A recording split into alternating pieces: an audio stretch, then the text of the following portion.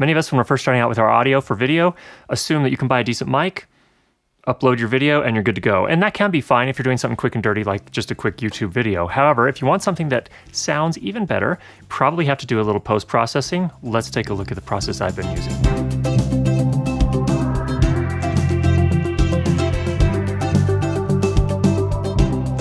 Straight out of the audio recorder, my audio will sound something like this. This is our sample audio track to demonstrate our audio post workflow using Adobe Audition. And after processing, sounds something like this. This is our sample audio track to demonstrate our audio post workflow using Adobe Audition. I processed my audio in Adobe Audition. This is the 2014.2 release. Here I have a sample audio track. And the first thing I have to do is set my pan law. And what I mean by that is you come down to Preferences, Multi-Track, and there is something here called Default Panning Mode. We want to make sure we've chosen left-right cut logarithmic. Once we have that chosen, the next thing we're going to do is address any mono stereo issues. If you recorded and you're getting audio on one channel, that is, it's only playing on one speaker and nothing on the other, then first we need to address that. So what I would recommend is go take a look at this previous episode where we cover how to do that.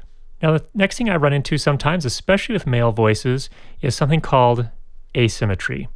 And you can see on some of these waveforms here, let's see if we can find one here. Here's a good example. If you see the red line, that is a center line, and then you can see that we have more amplitude below the line than we have above the line. It doesn't cause any problems in terms of what you're hearing necessarily, but what we want to do is make sure that we even that up so that when we do loudness maximize, or loudness normalize, I should say, we won't have any issues with one side hitting the limits before the other side does. Now, I don't know of an inexpensive way to do this. However, I do have a plugin that I've been using called Presswork. Presswork is actually a compressor, dynamics processor, but what I do here is I actually turn the compressor off, and then I use this feature over here, which is called dual phase rotation, and that actually corrects that asymmetry problem that we see. So I'm just going to go ahead and apply that. If you watch these waveforms here, you'll notice now it's a little bit more evenly distributed amongst the top and the bottom. The next thing I do is I do some compression to manage some of these peaks that are sticking out. And the idea here is that we want everything to be a little bit more even so that when we loudness normalize it, we won't have anything that hits up against the top and clips. So what I'll do here is just come up to Effects, Amplitude and Compression, Single Band Compressor, and using the bottom of this window here, I'll kind of slide this along and choose where it is I want to compress. And I think I'm going to go ahead and choose -15, which is this line, generally here. I don't know if that's too aggressive. I don't think so. -15 is what we have it set to. We're going to compress at a 2:1 ratio. Normally I like to stay between 2 and 3. Typically don't like to get more aggressive than that if we don't have to. I'll leave the attack at 1 millisecond, the release at 150 milliseconds, and the output gain at 0, and apply. Okay, you can see that's definitely helped bring some of those peaks in a little bit. What I might do is one more pass here and just try and pull this one in just a little bit because it's still sticking out a fair bit. So again, up to Effects, Amplitude and Compression, Single Band Compressor. This time I'll set this to -12. We'll again do 2:1, 1 millisecond, 150 milliseconds, and 0. Apply that. Okay, I think we're in good shape there. Now the next thing I typically do here is do any sort of de-essing that I need and any equalization that I need. In this case, I'm actually okay with the sound of the overall waveform, so I don't think we need to change anything. So what I'm going to do is do some de-essing. I definitely have plenty of sibilance in my voice, and I'm going to go ahead and de-ess. There is a built-in de-ess tool in Adobe Audition. It works fine. But before we use that, what I like to do is use this free tool that I found called Voxengo Span. And what this lets you do is that as you play through your audio, you get to watch the frequency response, and you get to identify where it is that the S's occur. Every time I say the letter S or C, we'll watch for the energy up here in the 5K to 10K range and see where it's generally falling. That'll help us when we do our de-essing to target the area where the sibilance is occurring. And I have a lot of people to thank for the things I have learned so far. Probably foremost among them is my brother, Kerry Judd, who is a musician and producer at Wormhole Studio Productions, and Paul over at producenewmedia.com has been super helpful lately. Okay, I think it's somewhere here between this maybe 7K and 10K. So we'll probably go ahead and target 8K. We can close this, back up to Effects, Amplitude and Compression, and we'll choose our de-esser. So happens that I have it set to a frequency of 8,000 or 8K, and bandwidth is just telling us how wide a swath we want to do that. I'll go ahead and put that right around 3,000.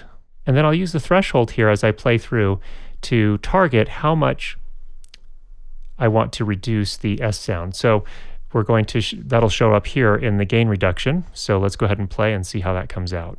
I'm not suggesting that this is the ultimate workflow. I'm suggesting merely that this is one that I'm using now based on the things I've learned so far. I am not an audio expert. I am an audio enthusiast, and I have a lot of people to thank for the things I have learned so far. Okay, we were bouncing around with somewhere between maybe -5 and -10 at the most, and I think that's about as aggressive as I typically like to get. You can go more than that. It starts to get obvious if you do, but let's go ahead and do that. If I needed to do any equalization, this is the point at which I would do it. Pretty happy with the overall tone, so I'm not going to do any EQ here. The next step is to convert it to stereo. I right-click, choose Convert Sample Type, and go ahead and leave the sample rate at 48 kilohertz or 48,000 hertz, which is what we recorded at. Channels, we're going to choose stereo, left and right 100%, and leave the bit depth at 32. Now you can see we have a stereo track. Next step is to loudness normalize. Now what I'll do is just drag this audio from the file bin down into the match volume settings. If you don't have this match volume settings, make sure you just go up to Window and choose Match Volume. That'll show up down here. We just drag that down. Now because I'm producing this to be consumed on mobile devices and computers, I'm going to loudness normalize to -16 LUFS.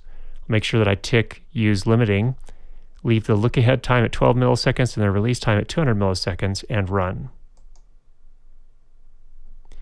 Now you can see that it has made the overall waveform a fair bit louder. So let's go ahead and come back up here to Amplitude Statistics, which if you don't have, you can go to Window, Amplitude Statistics, and this will show up here, and just click Scan Selection. Now you can see that our loudness is at -16 LUFS, which is exactly what we wanted. But the other thing we're interested in is this true peak amplitude. We want to make sure that we do not exceed -1 dB true peak. Now you can see we just barely did here. I don't know if that's worth bothering with, but just to show you how I would take care of that, I'd come up to Effects, Amplitude and Compression, Hard Limiter, and I would choose -1 dB. As a starting point. I want to input boost 0, leave my look ahead time 5 milliseconds and release time 150 milliseconds, and I will click Apply. We'll go ahead and run this again on Amplitude Statistics, Scan Selection, and you can see our true peak is now -1 dB true peak. So that's what I do to process my audio right now. Now, of course, I would bring this back into Adobe Premiere and sync it up with the video clips. This will sound much more prominent, and it won't require your viewers to crank up their volume to hear. They'll be able to hear on pretty much any mobile device in almost any environment. I hope you found that helpful. If you have any questions or insights, please leave those down below. And if you haven't subscribed already, make sure you do that. We'll be sure to get you more great videos on how to improve your lighting and sound for video. Talk with you soon.